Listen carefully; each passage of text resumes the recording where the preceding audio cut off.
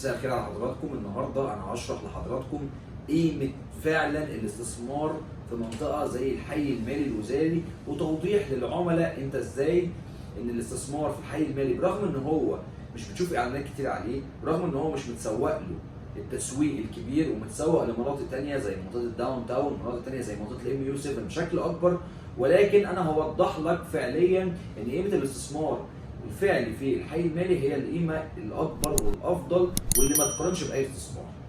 اول حاجه لازم نبقى واخدين بالنا ان منطقه الحي المالي الوزاري هي دي المنطقه اللي فيها 34 وزاره، وفيها رئاسه مجلس الوزراء ومصلحه سبق العمله وابراج البورصه العالميه والبريد المصري والهيد اوفيسز لكل البنوك المصريه هي موجوده في قلب منطقه الحي المالي. فبالطبع الدوله حاطه منطقه الحي المالي ومنطقه الوزارات في افضل منطقه موجوده في العاصمه الاداريه.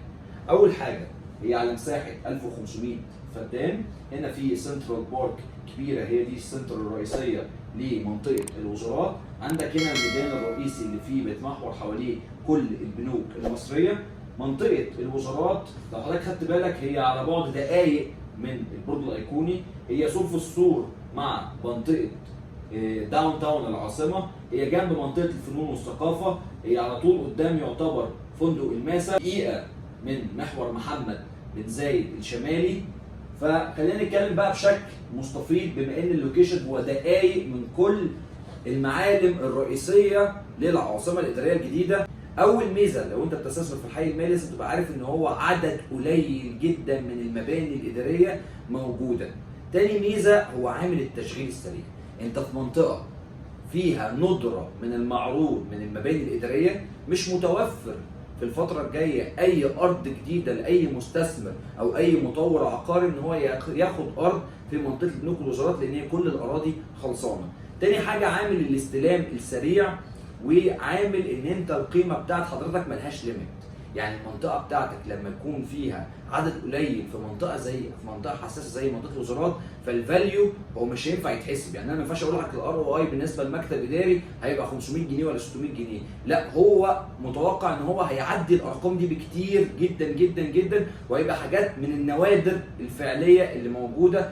ففعليا اللي بيمتلك مكتب او حاجة صغيرة في قلب الوزارات انا شايف ان ده اقوى استثمار عمله على مستوى مصر كلها. طيب نتكلم بقى بشكل مستفيض. ادي الحي المالي. الحي المالي الوزاري هو على 4 شوارع رئيسيه. اول شارع هو الشارع الفاصل ما بينه وما بين القصور الرئاسيه. فانت هنا كده عندك شارع من اهم الشوارع اللي موجوده، هو شارع القصور الرئاسيه بعرض 120 متر، وجواه مشروعين من اهم المشاريع اللي موجوده، مشروع البطل كابيتال 1 ومشروع ثلاث، هما الاثنين واجهات رئيسيه على شارع القصور الرئاسيه، واسعار المتر فيهم بتبدا من اول 48-50 الف جنيه بالنسبه لسعر المتر. عندك شارع تاني من اهم الشوارع هو المحور المركزي اللي هو عند فندق الماسة، اللي هو عند منطقه البريد المصري ومنطقه البنوك كلها، وده متوفر فيه كذا مشروع، من ضمنهم الشارع العام لشركه العاصمه الاداريه مشروع ارك بلان، بس ده سعر المتر بتاعه دلوقتي ازداد. عند حضرتك ارض جديده بتاع شركه ان اي جي مشروع فيجن تاور، ده مشروع بيسمح لك ان انت تقسط على 8 سنين، وسعر المتر فيه دلوقتي بنتكلم من اول 45,000 جنيه. وعندنا مشروع هو تاني نمره على طول من المحطه اللي هو مشروع تبع اس دي مجموعه الشناوي جروب، عندهم مشروع ارضي و7 ادوار، تاني نمره على طول من الاصول الرئاسيه، وتاني نمره على طول من المحور المركزي. وعندي شارع تاني من الشوارع الرئيسيه هو الشارع الفاصل ما بين منطقه الوزارات والشارع الفاصل ما بين داون تاون العاصمه الاداريه. ادي الشارع ده اهو. الشارع ده فيه اكتر من مشروع، من ضمنهم المشروع اللي ليه صيت كبير قوي، مشروع تبع شركه جيتس، مشروع اوداز. ده بيتيح لحضرتك ان انت بتستلم المكتب بتاعك، هو يعتبر اقرب استلام في غضون 6 شهور. تستلم المكتب بتاعك متشطب بالتكييفات، وعندك امكانيه تقسط لغايه 8 سنين، فبيبقى عندك امكانيه ان انت تستفيد ان انت تأجر حاجتك، والحاجه بتاعتك لما تتأجر هي دي اللي بتساعدك في دفع الاقساط بتاعت حضرتك.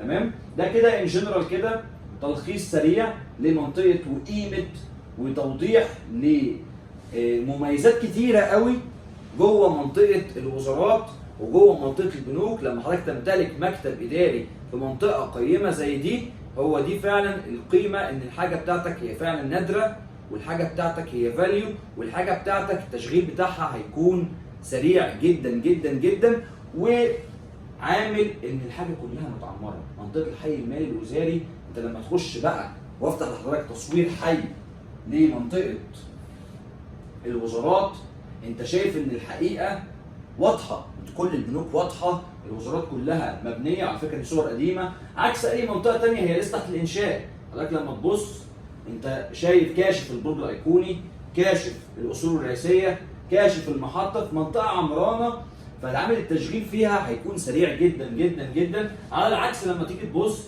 على مشاريع، هي انت بتشوف عرض اعلاني قوي وبتشوف دعايه كبيره، ولكن انت في الاخر شايف ان هو بعينك لما بتزور على ارض الواقع شايف ان هو التشغيل بتاع منطقه زي دي مش هيكون اقل من 5 أو 6 سنين.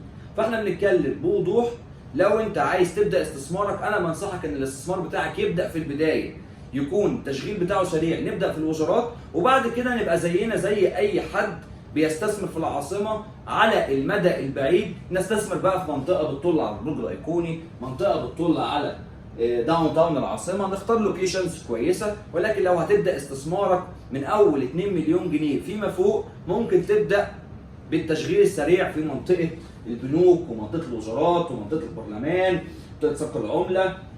منطقه انا شايف ان هي منطقه قويه جدا، ومعدل ازدياد سعر المتر بتاعها هيكون كمان سريع على المدى القريب قبل المدى البعيد.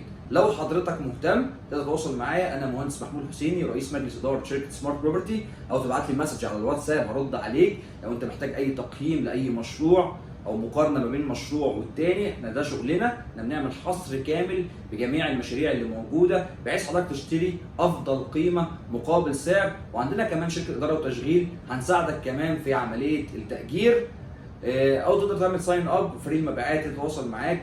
شكرا جزيلا لحضرتك.